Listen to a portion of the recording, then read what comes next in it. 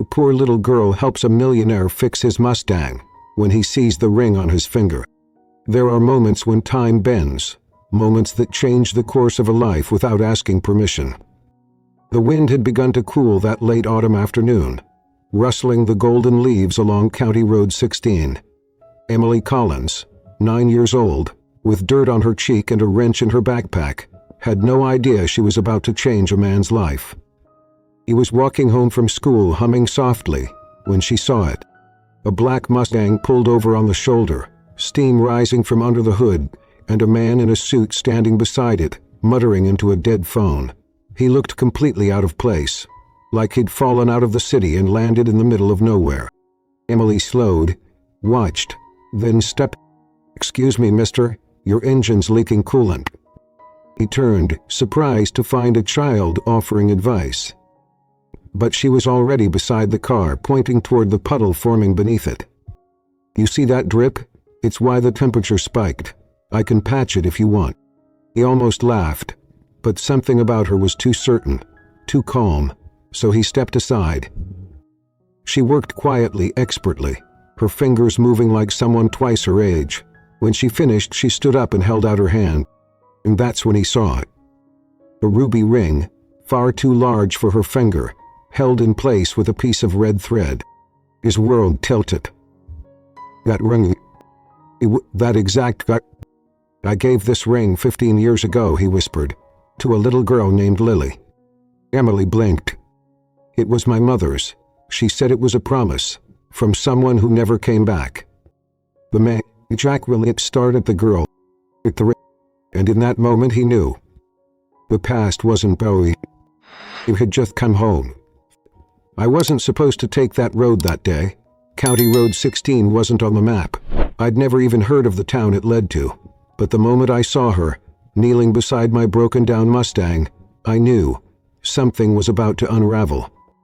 Jack Reynolds was used to control. He wore it like a second skin. Crisp suits, 3-second decisions, glass offices with skyline views. At 35, he ran Reynolds Development like a general. Emotionless, precise, powerful. But on that road with no cell signal and a steaming engine, all of that cracked. The girl appeared like a whisper. 9, maybe 10. Her ponytail was coming undone, and her school shoes had more dust than polish. But her eyes, they weren't the eyes of a child. They were sharp, watchful, knowing. "You've got a leak," she said, pointing under the car. Jack blinked. "I'm sorry, what?" "Coolant, you've probably got a cracked hose. That's why the heat spiked." He laughed softly, uncertainly. "How do you know that?" She shrugged. "Uncle Matthew says engines talk, you just have to listen." And then, without waiting for permission, she set her bag down, pulled out a strip of emergency tape, and crouched beside the car like she belonged there. "Jack." He moved with confidence, patched the line, and wiped his hands on the cloth she'd folded neatly in her backpack. No hesitation, no fear. When she finally stood, she reached out to shake his hand. That's when he saw it. A deep red ruby set in aged gold, filigree etched like vines across the band. It was too big for her, held in place with a loop of red thread. But Jack knew it like a scar. His breath caught. He looked down. "It was my mom," she said. "She said it was special, that someone gave it to her a long time ago, said it was a promise." Jack couldn't speak. 15 years ago, he had given that exact ring to a girl with tearful eyes in a courtyard of an orphanage called Sunshine. She had clung to his hand, whispered, "Don't forget me," and he had left. He was only 17, and he never saw her again. Go now? No, it couldn't be. He was just a child. Her mother had the ring. Maybe it was coincidence. But as Jack drove her home, after she casually instructed him to refill the radiator and ease off the accelerator when he restarted, the questions grew louder than the engine. Her name was Emily Collins. She lived with her Uncle Matthew in a modest apartment above a repair shop that smelled like oil and old wood. Her mother, Sarah, had passed away last year. Her father, never in the picture. When Jack dropped her off, he hesitated. "I don't usually pick up strangers," she said with a grin, but today felt different. He watched her walk through the gate, and he couldn't stop seeing the ring. He drove away slowly, and somewhere between that road and the city skyline he opened the glove compartment and pulled out the photo he kept hidden there. A photo of a girl with bright eyes and a ribbon in her hair, taken at Sunshine Children's Home 15 years ago. He whispered her name. And for the first time in years, Jack Reynolds didn't feel powerful. He felt, "Hold chap, it won the girl with the ruby ring." Some people enter your life gently. Others arrive like a question that won't leave. She was both. The hum of the engine was steady again, patched, not perfect, but holding. Jack kept glancing sideways, not at the road but at her, the girl in the passenger seat swinging her legs gently as she held a half-empty bottle of water like it was an award. "You're quiet now," she said without looking at him. "Got a lot on my... You want to ask about the ring?" He blinked. "What makes you say that?" He smiled faintly, her cheek resting against the seatbelt. "Everyone asks eventually. You just took longer." He swallowed, turned his eyes back to the road. "Where did your mother get it?" "She never told me. Just said it was from a long time ago, and that it was part of a promise. She wore it for years. After she got sick, she gave it to me." Jack gripped the steering wheel tighter. "A promise?" he asked. Emily nodded. She said the person who gave it to her would understand, if they ever saw it again. They pulled into a gravel driveway behind a weathered building, part apartment, part garage. It looked tired but not abandoned. There was life in the light that shone through the kitchen window. As Emily hopped out, a man appeared on the porch. Late 40s. "Uncle Matthew," Emily called. "This is Mr. Reynolds. His car broke down and I helped him." Matthew's eyes narrowed immediately. "You okay?" "I'm fine. He gave me a ride home, that's all." Jack stepped out slowly, offering his hand. "Jack Reynolds." She sharp. Matthew shook his hand reluctantly. "She knows her way around engines." "I can see that." There was a long pause, the kind that holds too many unspoken questions. "Well," Jack said, backing toward his car. "Thank you, Emily. You saved me a tow truck call." "You're welcome," she said cheerfully. But as she turned, the red glint of the ring caught the porch light again, and Jack froze. He didn't even remember getting back in the car. That night, in his penthouse above Manhattan, Jack stood at the window with a glass of untouched scotch in his hand. He couldn't stop seeing it. It wasn't just similar, it was exact. He walked to the hallway cabinet, the one he hadn't opened in years, and pulled out a box the size of a book. Inside, a faded Polaroid. A girl, pigtails, 5 years old, smiling. A lady. She had worn the ring on a chain around her neck the day he left. "Don't forget me," she'd said, wrapping her arms around his waist. And he had promised. He had promised come back. But he hadn't. The Sunshine Children's Home had closed 3 months later. When he returned, there was nothing left but caution tape and a demolition sign. No records, no Lily, no answers. And now, 15 years later, a girl with that ring had walked out of the woods and into his life. He took a breath, a long, shaky one. This wasn't coincidence. This was the past asking to be remembered. Meanwhile, across the river in the small apartment above a garage, Emily sat at her desk, flipping through the worn pages of her mother's diary, the one she wasn't supposed to open unless things felt strange. The line caught her eye, underlined twice in red. "If he ever sees the ring, it will begin again." He stared at the words for a long time. He reached under her pillow and pulled out a small key, cool brass, and taped to the back of a photo for years. He didn't know what it opened, but her mother had said it was the truth. And somehow she had the feeling Mr. Reynolds was part of it. Chapter 2. The diary she left behind. Some truths don't knock. They slip through the cracks, in dreams, in the quiet of a child's bedroom long after midnight. The apartment was still except for the steady ticking of the kitchen clock and the occasional groan of the radiator. Emily sat cross-legged on her bed, the ruby ring glowing faintly in the light of her bedside lamp. She turned it slowly, the thread that kept it on her finger now fraying. She didn't know what had changed that day, only that something had. Mr. Reynolds had looked at the ring like it belonged to him, like it was part of a life he had locked away. And her mother had known this would happen. In the corner of her closet, tucked inside a weathered shoebox beneath a stack of winter scarves, Emily found it. A soft-bound leather diary, the cover worn smooth from years of handling. The first page bore only a date, November 8th, 2010, and a sentence. "If she ever finds this, tell her I did it to protect her." Emily hesitated before turning the page. Sarah's handwriting was graceful but firm. The ink faded in places, the letters sloping as if written in a hurry. Her name was Lillian once. That's the name they gave her when she was born. They called her Emily because it was the only way to keep her safe. Emily sat back. She turned to the next entry. The Reynolds family came to the orphanage often. Donations, press visits. But Richard, the father, he wasn't there to help. He was there to select. Emily's stomach twisted. They had this program, quiet, hidden. Twins were separated, children were tested, not adopted. There was a name underlined several times. Sunshine Children's Home. He'd heard her mother whisper it in her sleep, sometimes with a sob, sometimes with a name, Olivia. Emily flipped further until she found a page folded over and thick with ink. "I couldn't leave her there, not after what I overheard. Richard planned to use her, for something, I don't know what, but it wasn't love. He packed her bag, left through the back gate, changed our names. I became Sarah Collins, she became Emily." Emily's eyes filled, but she didn't cry.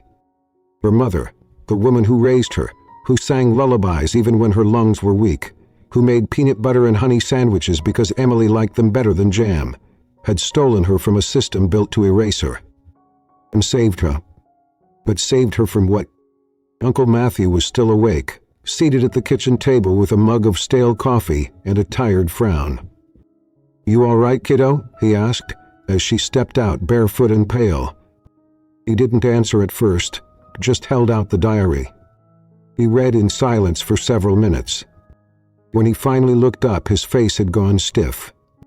"She never told me all this," he said quietly, "just that she'd worked in a place that shut down, that something happened there." Emily opened her palm to show the small brass key. She said the truth was locked away at a bank, First National. Matthew leaned back in his chair, rubbing the back of his neck. "She kept this all inside for years," he said, "and now she's asking us to unlock it. I think it's time." Somewhere across the city, in a penthouse wrapped in floor-to-ceiling glass and silence, Jack Reynolds stood at his study shelf. He pulled down a file marked Sunshine Acquisition. It couldn't have been more than 5. "Okay. Big eye." She wore a ruby ring on a chain around her neck. He stared at it. "And her," he whispered into the dark. "Lee, is it you?" Chapter 3. Sunshine wasn't just a name. Sometimes the past doesn't knock, it breaks in. Quiet at first, then louder than anything you've ever tried to forget. The city beyond Jack's windows was alive, but his apartment was still. The kind of stillness that creeps in after 2 a.m., when even traffic becomes a lullaby. The fire was open on the floor. He hadn't moved in hours. Sunshine Children's Home.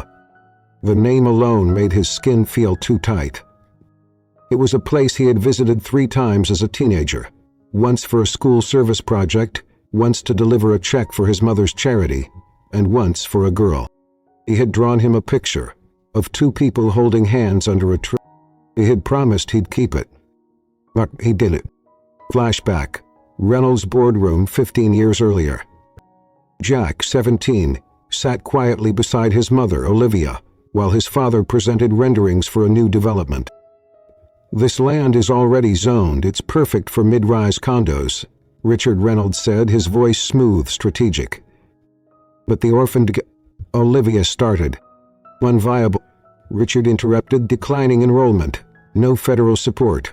I've already spoken with the board." Olivia didn't reply, but Jack saw her face, saw her eyes flicker with something that looked like sorrow. And he remembered wondering that day, what happens to the children? Now, years later, he knew the answer. They disappeared. Not legally, not openly, but slowly, quietly, like vanishing ink on a birth certificate. He turned back to the file. There were acquisition reports, zoning changes, and one folded piece of paper that felt strangely out of place. It was a child's drawing. Rayon on construction paper. Two people, a son, and written in a child's hand, "Come back soon, Jack." His throat closed. He had forgotten that she even knew his name. At sunrise, Jack sat across from his mother at her breakfast table, a minimalist glass nook filled with orchids she couldn't seem to keep alive. He placed the file on the table. Olivia's hands trembled before she even opened it. "I thought he destroyed these," she whispered. Jack's voice was hoarse. "You knew?" He nodded slowly. "Not everything, but enough. You didn't tell me. You were a child, and Her voice broke. He said it was done, that it was best if we forgot. He studied her face, the lines that grief had carved there. "You were not," he said. Olivia blinked. "I remember that name.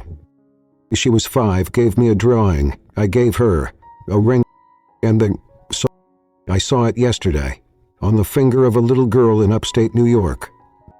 Across town, in the apartment above a garage, Emily stood at the window in her pajamas, watching the first light rise. They couldn't sleep. The ring was on her finger. Her mother's voice, now gone, still echoed in her mind. "You'll understand someday. The truth was never mine to tell. I only kept you safe until it found you. And now it was coming. In the form of a man named Jack Reynolds, with too many questions, and one face she couldn't stop thinking about." Chapter 4. Keys, Codes, and Cold Vaults. Some vaults hold money. Others hold the kind of truth that breaks everything open. The bank smelled like marble and silence. Emily's fingers clutched the little brass key her mother had taped inside the back of her diary. It pressed into her palm like a secret refusing to stay buried. Matthew stood beside her, shoulders tense beneath his faded denim jacket. He hated banks. Too many memories of rejection, declined loans, being told he didn't look qualified. But today wasn't about credit. It was about history. The manager led them down a long corridor. "We have box 15, talk to 4, she said, inserting her master key. Emily stepped forward and slid hers in beside it. Click. Inside was a manila envelope, a small wooden box, and a sealed letter addressed in her mother's familiar script. "To Emily, for when you find your way back." Matthew let her open it in silence. The letter was written in the exact voice Emily remembered. Calm, careful, full of love and quiet pain. "You were never meant to grow up this way, but I couldn't let them take you.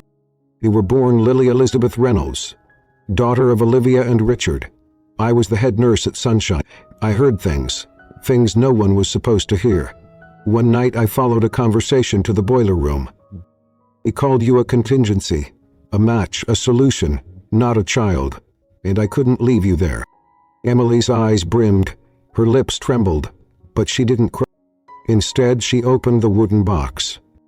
He saw a birth certificate. Lily Elizabeth Reynolds, born to Olivia Reynolds, April 17th. An adoption certificate, forged, signed in Sarah's name with the original name scribbled out. And at the bottom, a newspaper clipping. Sunshine Orphanage closed after sudden funding termination. In the margin, her mother had written, "Voti Ravi." Across the city, Jack stood alone in the sub-basement archives of Reynolds Development. He had used his own executive key card and lied to the security team. He said he was researching you. What he found was something else entirely. A metal cabinet labeled Sunshine. Inside, among maps and blueprints, was a slim black folder labeled Personal. Jack opened it. He found documents stamped confidential, lists of children, names with checkboxes beside them. He promising. The uncooperative the special case. Ephraim. Ella. Lily Sullivan. No, Lily Wren. Emily. Next to it, a line of red ink. Special handling, per directive, contingency option. Back at the bank, Matthew sat down heavily on the bench beside Emily. You're not just connected to them, he said slowly. You are them. Emily held the ring in her hand now. She slipped it off and looked at it in the light. She kept me safe, she whispered. She made a choice most people couldn't. And now I have to know why I was worth stealing. Matthew didn't answer, but he nodded. That night, Jack sat in the dark in his office. Folder open, evidence everywhere. The door opened. It was Victoria. He didn't ask questions. He just looked at the table and then at him. You found her, she said softly. Didn't you? Jack's voice was low. Yes, and I think she's in danger. Because my father, he doesn't lose loose ends. Chapter 5. The Other Twin. Sometimes the truth isn't just painful, it's duplicated. Like a mirror split in two, and you realize you were only ever half of something. The room was cold. Not because of the air conditioning, but because of what Jack had just read. He held the file in shaking hands. A medical document, hospital letterhead, signed by a name he didn't recognize, but the signature was underlined with Reynolds' legal approval. Object, Olivia Reynolds. Procedural, cesarean delivery. Outcome, twin females delivered at 4:17 and 4:24 a.m. Names, Lily Elizabeth Reynolds. Elizabeth Lily Reynolds. Only one had a certificate of birth. Only one was ever entered into the system. Only one had survived in any official record. The other was listed as stillborn. There was the date of the cremation. Blank. The box checked. Alternative placement. See attached. Jack flipped to the next page. Missing.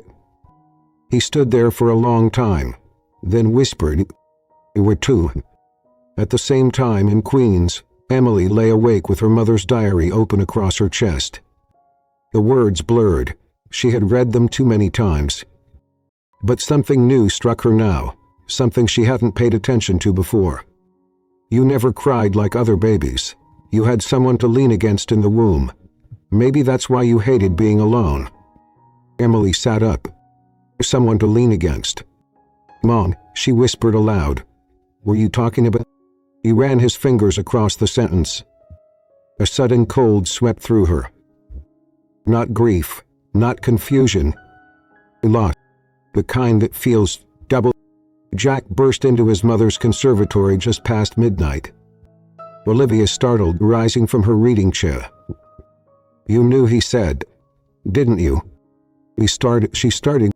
The files said there were twins, 2 babies. Olivia closed her eyes. Richard told me she died. Did you see her? Did you? Silence.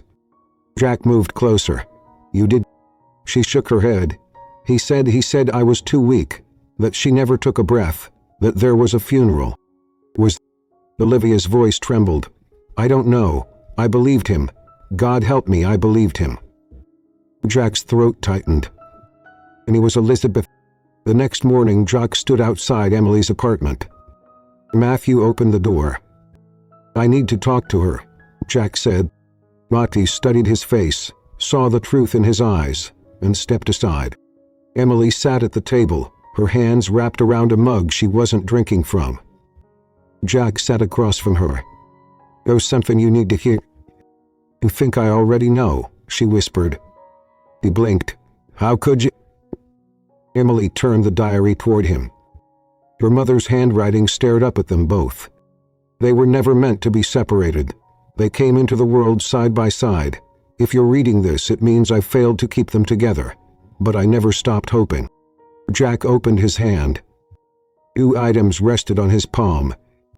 A second birth certificate for Elizabeth Lily Reynolds. And a photo from the archives. 2 infants swaddled together.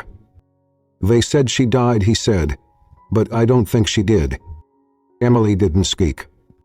And she just stared at the photograph. He whispered the word for the first time. Chapter 6. A ring divided. Sometimes the smallest thing, a ring, a key, a name, is what unlocks the whole truth, and the people who feared it always knew where it was hidden.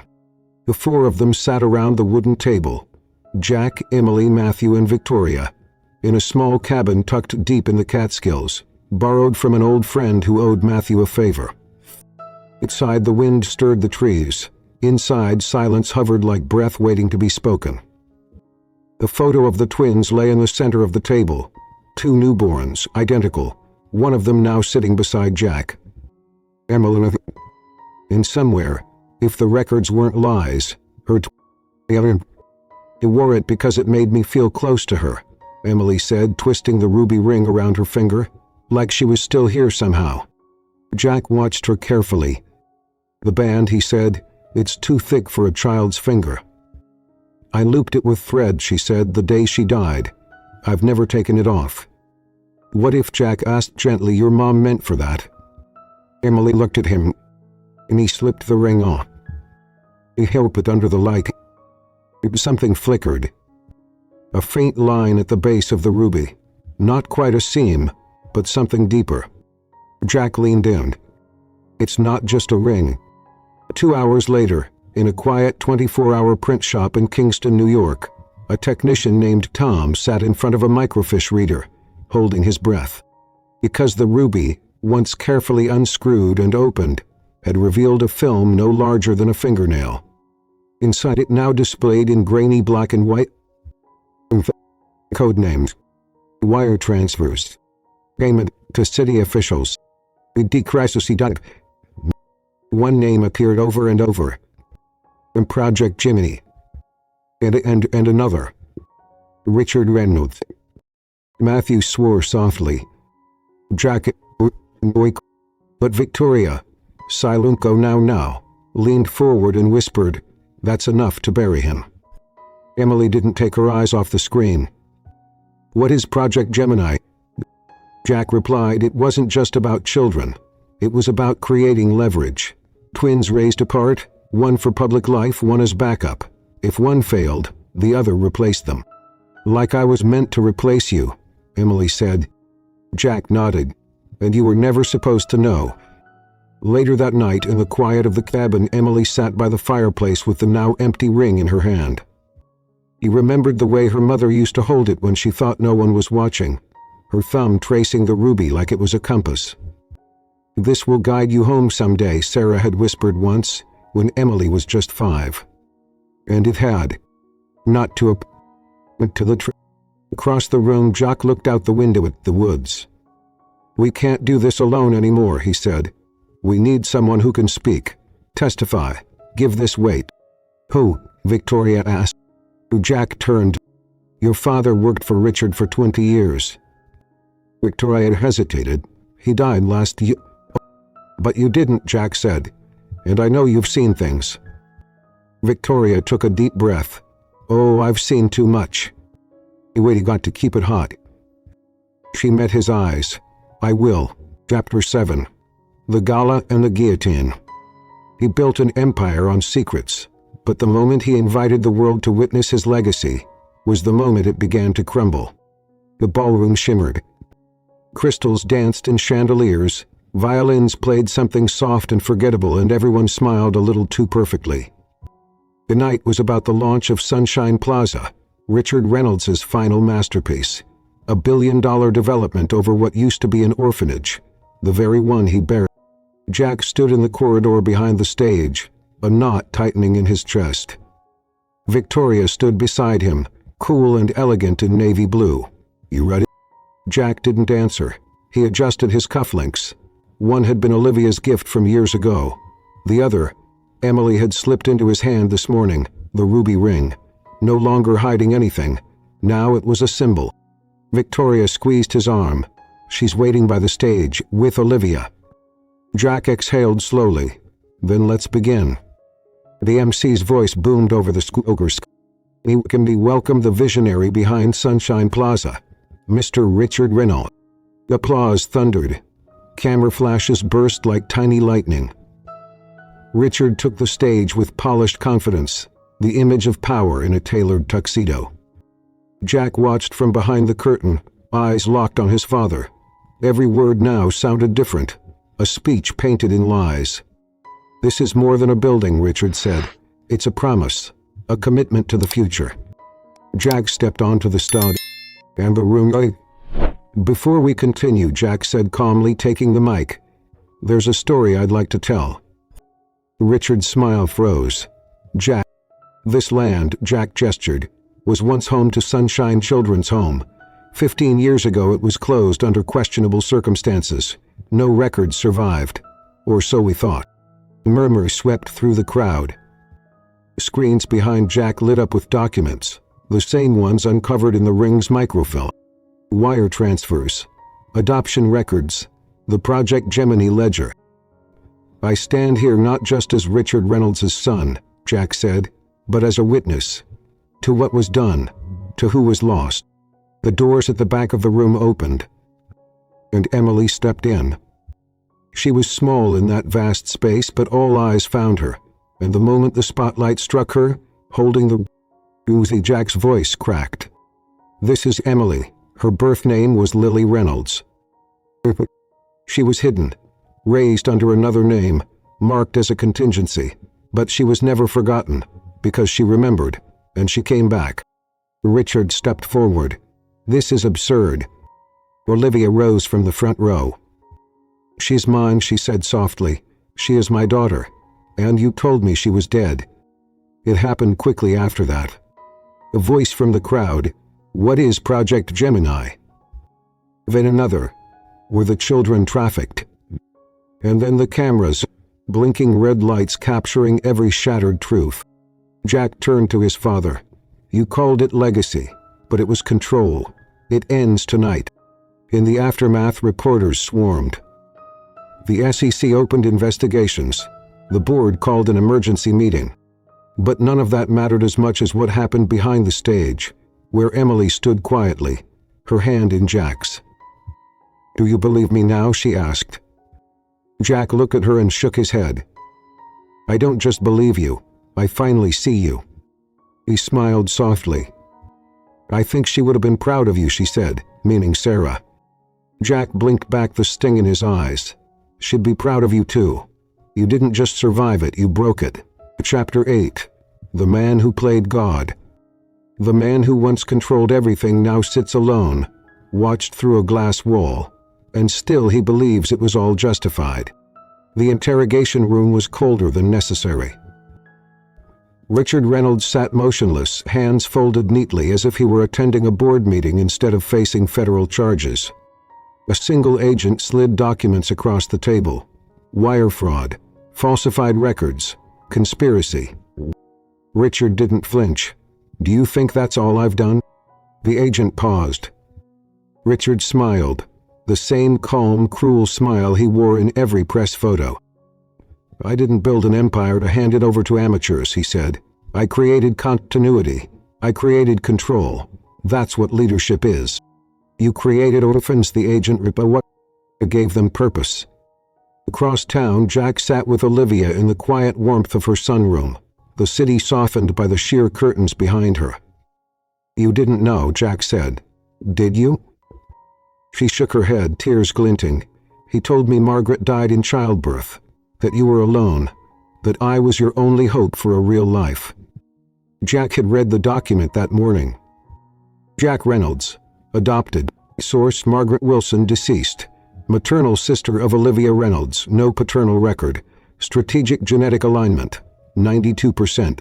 He had thought he was adopted by love. Instead, he was adopted by blood as part of Richard's experiment. Olivia's nephew, taken in to be shaped, perfected. But later that evening, Jack found Emily in his study staring at a wall of maps.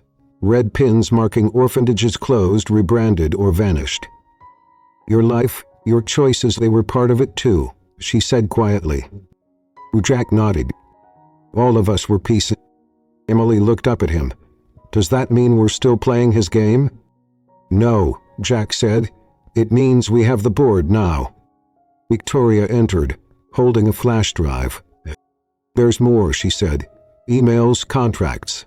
A second layer to Project Gemini. Your name is all over it. Jack swallowed. Show me. As the files opened, they read, Jack, Phase 1 controlled influence. If deviation occurs, initiate Lily. If full asset recovery is impossible, activate Elizabeth. Jack leaned back, hands shaking. I was never a son, he whispered. I was a variable. In the holding cell, Richard looked up as the lights dimmed.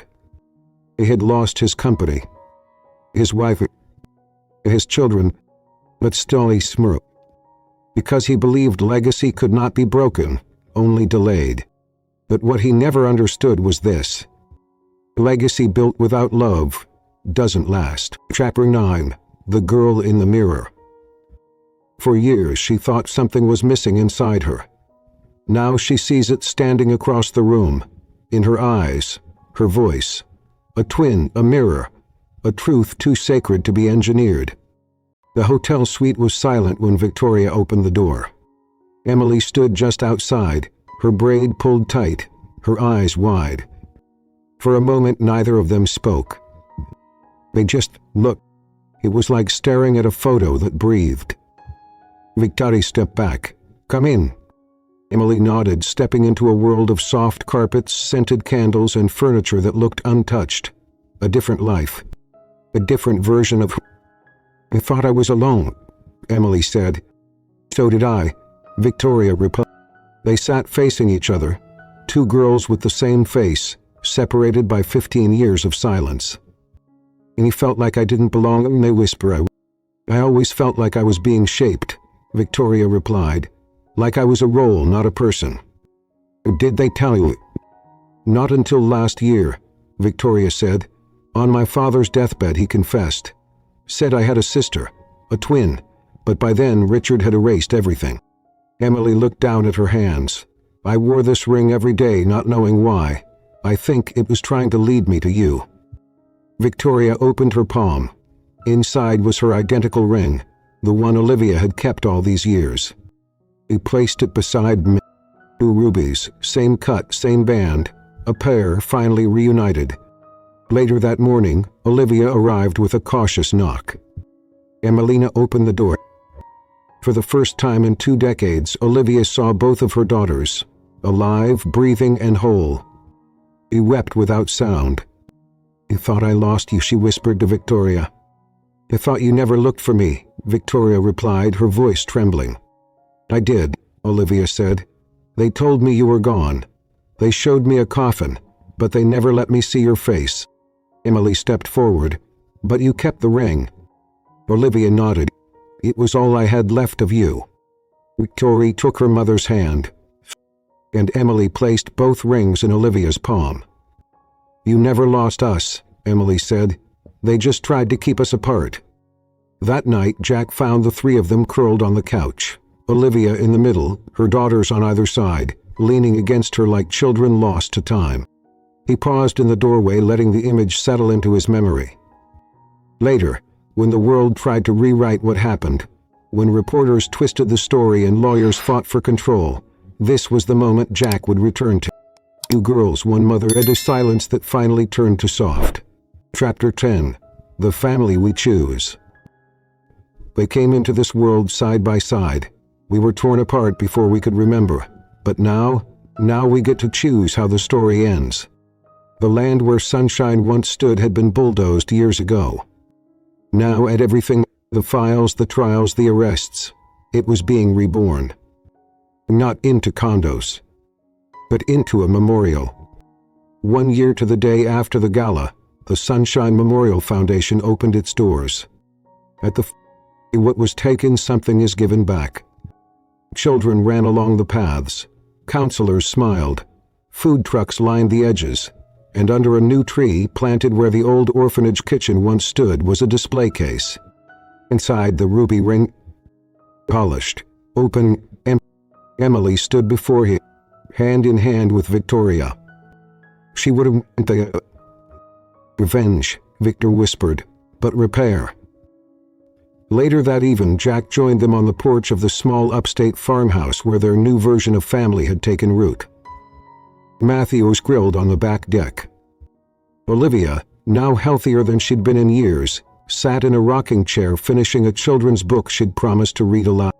Jack leaned on the railing beside Emily. "I filed the papers," he said. Emily looked up. "For what?" "My note," he said. "What up?" He smiled softly. "Jack Collins, if your mother could raise a Reynolds daughter into who you are, I'd be proud to carry her name." Emily's eyes welled. She didn't cry. He just nodded. "Welcome to the Victor." We returned from the barn with a stack of letters. All of them, she said, applications for the first class of Collins Reynolds scholars. Emily grabbed one and smiled. "You really named it after us?" "You're the reason it exists," Victoria said, "and this time, no child is going to disappear." They stood together, the three of them, not quite perfect, not always healed, but together. And freely so. That night, under stars too bright for Manhattan, Emily placed one final item in the display case beside the ring, a folded note in Sarah's handwriting. "The truth will always come back, no matter how long it's buried. If you're reading this, then we made it. Love always, Mom." The ring was never about the ruby. It started with a car that wouldn't start, with a girl who carried tools in her backpack and a ring that didn't fit her hand. And somehow, it ended here. Not in a courtroom, not in a boardroom, but in the arms of the family we found along the way. You think legacy is about buildings, money, names carved in stone. But it's none of those things. Legacy is a child calling you uncle for the first time. It's a girl who forgives a lie you didn't know you were living. It's your mother wrapping both of her daughters in his arms after 20 years of searching. And it's no longer hiding a secret, finally resting in glass, where the light can catch it. Emily, or Lily as she sometimes lets people call her now, is 11. He knows who she is. He knows who she's not. He never asks about Richard. He only asks about Sarah, Victoria, Elizabeth. She keeps her other ring, not to remember pain, but to remember that survival can still be graceful. Envy? I took off the Reynolds name because it was never mine to carry. Now I carry Sarah's. And every time someone asks who I am, I'm Jack Collins. My sister runs a school for girls. My niece builds things out of old watches. My mother paints again. We're not rich. Not we're phone. The camera lingers on the memorial ring. It is not locked away. It shines in sunlight. The inscription now added beside it. Love is not what hides us. Love is what finds us. If you've ever felt lost, if you've ever carried a memory you thought no one else remembered, let this story remind you. It's never too late to be fought. It's never too late to forgive. And it's but to decide where you're going next. If this, share it with someone who needs to believe in second chances. In the comments, what does family mean to you? You are listening to We're Remembering together.